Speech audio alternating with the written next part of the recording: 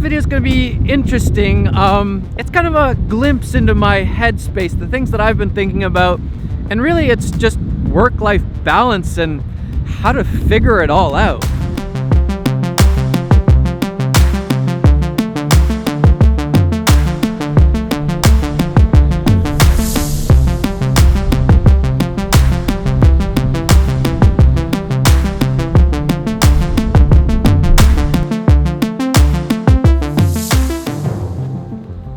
And before we get into it, you guys know I'm working on a doc. It's actually my first ever full-length feature doc.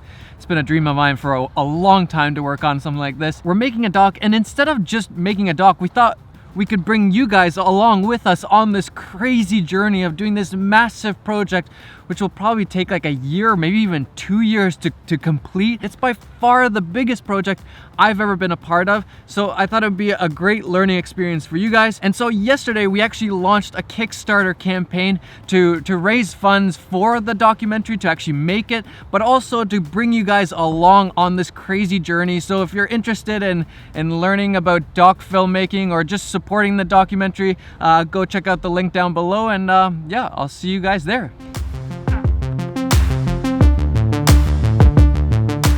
Huge thanks to anybody who supports the doc. Thanks.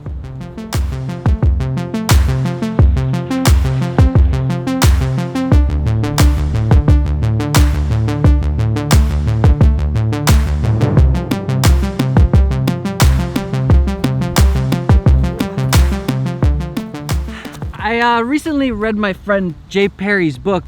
It's called My Dad Got Sick. And it's about how he sacrificed his career, his photography career, when he found out that his dad got cancer. He essentially put everything on hold, his whole career on hold, and just spent time with his dad, helped take care of him, all of that stuff. And it's a really good book. I highly recommend you read this book. But it put me on this kind of this thinking journey path, thinking about work-life balance. It's the question of, why am I allowing myself to do things that aren't really that important? Why is it that things that aren't important to me, really in the grand scheme of things, are taking over areas and things that actually are important to me? And how do you solve this work-life balance issue?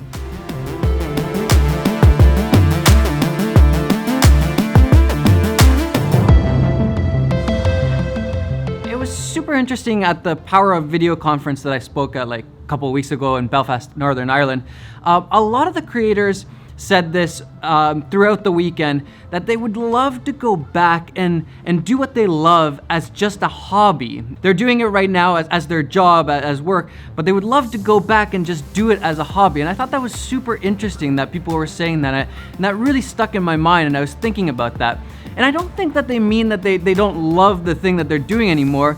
It's just, it's kind of gotten out of hand. And what I've noticed is that you love something, and then as you do it more and you get more successful, all these other things kind of get lumped into that thing that you love. It's really sneaky how this happens. For example, with me and YouTube, I love making these videos, but then there's other things that kind of come in there sneakily, and they kind of join into that thing that you love, but they're not actually a part of it. So for me, for example, emails are one of those things that the more I do this, the more emails I get. And I at first I thought that it's an important part of doing YouTube. I gotta stay on top of my emails, and I gotta make that a priority. It's really important. But then that just started taking over. First thing in the morning, I'd wake up and I'd start answering emails. And before you know it, I'd spend an hour or 2 hours just answering emails. And I haven't made a single video or thought about the next video or anything. I've just been answering emails. And so emails for me kind of joined into this love of making videos, making YouTube videos, and it became a part of it without me even realizing it. I gave it kind of the same priority as making videos. And they're really important, right? Well, Sort of, but it's in the end, it's your choice. You don't have to give them priority. You don't have to give them time over other things in your life. Family, friends, staying healthy, all those things are way more important than a lot of these things that come into our jobs, into our careers. So essentially, we should be making more time for those things that actually are important and kind of getting rid of those things like emails for me that aren't so important. But how do we do that? How do we actually make more time? Because let's be real, none of us have extra time. None of us feel like, oh, I have so much time. I can do whatever I want. I have so much time to make videos or work on my accounting or hang out with my family. I just have an excess of time. None of us feel like that. We all feel like we're super busy. So how do you make more time for the things that are actually important, the things that you actually love, like making videos? Well, I think the answer is doing less of the things that aren't so important. Making less time for those things gives you more time to do the things that are important. And I'm not saying right now that we should all quit our jobs and just hang out and spend time with our family and friends and just work out and take care of our health and all that stuff. No, I'm not saying that. We all need to work. We need to make a living for ourselves and for our families. We need to work.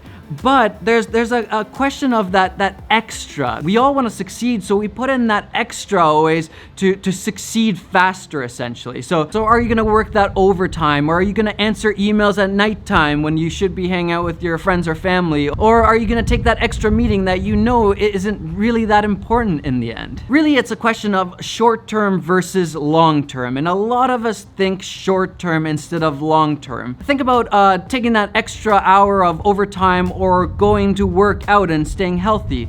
In the short term, you make more money, but then in the long term, you're gonna be unhealthy. Should I take those extra meetings, or should I just hang out with my family? Short term, yeah, you might succeed a little faster, but in the long term, you might not have anybody to spend that success with. It's all about balance. We do need to work, but then there's also all these extra things that aren't actually mission critical. They aren't actually necessary for you to succeed in the long run. And for me, I found that work-life balance is kind of an ongoing thing. As your life changes, maybe you get married, or you get a kid, or you get a new job, or you go freelance, you're an entrepreneur now. As things change, work-life balance has to change also. So you constantly have to kind of evaluate, am I giving the important things enough time, and am I giving less priority to the things that aren't actually important in the long-term success of your life? You need to have that balance check all the time, constantly. And a lot of people say that cliche of find something you love doing and you'll never work a day in your life. And I think that's BS. Yeah, it's great doing something that you love, but no matter what you do, there's always going to be aspects of it that are just plain work, things that you don't really enjoy doing and things that aren't actually that important. And if you do too much of the thing that you love, it often becomes work. So you can't just find what you love doing and then work-life balance is solved, it's automatic, it's easy. You still need to be checking that balance to make sure that you're not giving the things that aren't important too much time in your life. And this is important. You do not need to do the things that other people are doing. You don't need to be working 14 hours a day like some other videographer or some other photographer is. Even if it's the norm in your industry, you do not have to do all those things that everybody else says you need to do. A great example is Avicii. I don't know if you guys saw the doc, but he was a really great EDM artist. And in the doc, there's a lot of this struggle, this battle within him.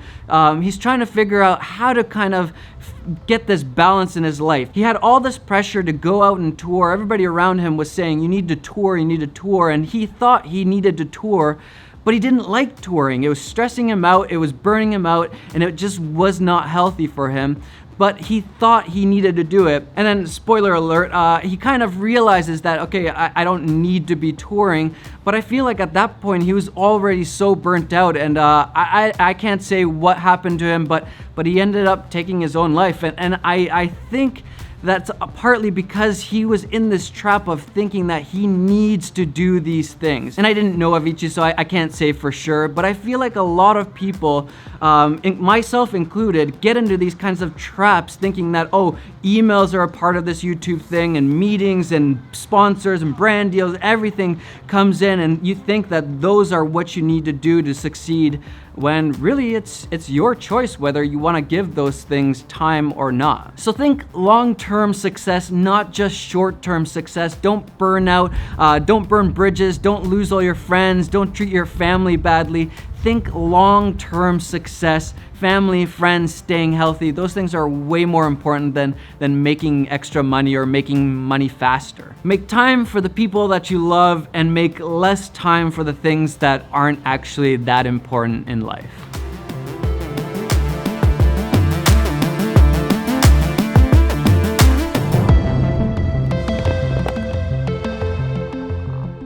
And this, of course, is not by any means a complete answer. These are really just my thoughts on the topic. And I think it's a really important thing to talk about, especially with so many people burning out. It's really sad to see that people are burning out. And I think YouTube in general kind of rewards posting a lot, working too much. And I just think there's more important things in life. Like taking care of ourselves. Take care of yourself.